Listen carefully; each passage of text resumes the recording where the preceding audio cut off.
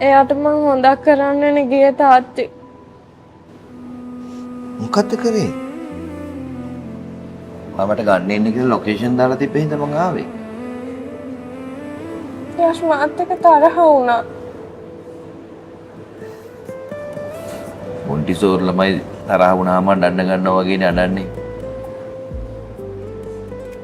නනක් තාත්තියට වටින්නේ නැහැ මාත් එක්ක එහෙම තරහ වෙන්න. එයාගේ සින්දුවේ විෂුවල් එක සල්ලියෝන හින්දා මං කසුන්ගේ සින්දුව ලියන්න බාරගත්තේ. නේකට කොල්ලට තද වුණා. මට ඕනේ නැහැ එයාගෙත් එක්ක තරහ වෙලා ඉන්න. එයා මගේ හොඳම යාළුවානේ. කවුරු කියලාද කිව්වේ? මගේ හොඳම යාළුවා. ඇත්ත. ඉන් තරහ වෙන්න වටින්නේ නැහැ.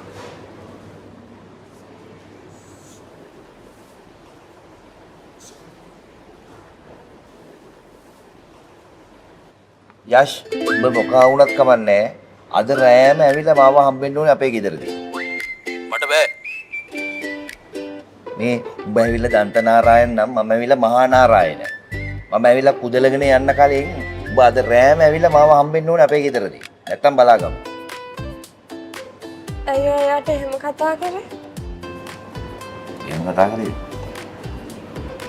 එයා කමාවුකාරයෙක් නේද මිනිහා?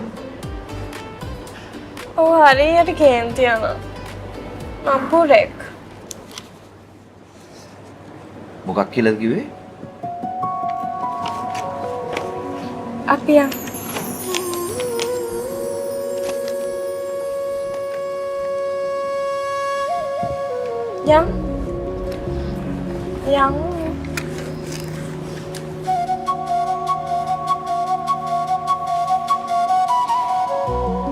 අර ඇදලා පැදලා තාලෙට ලතාවට මොකද කිව්වේ? අනේ තාත්ති යන්. නං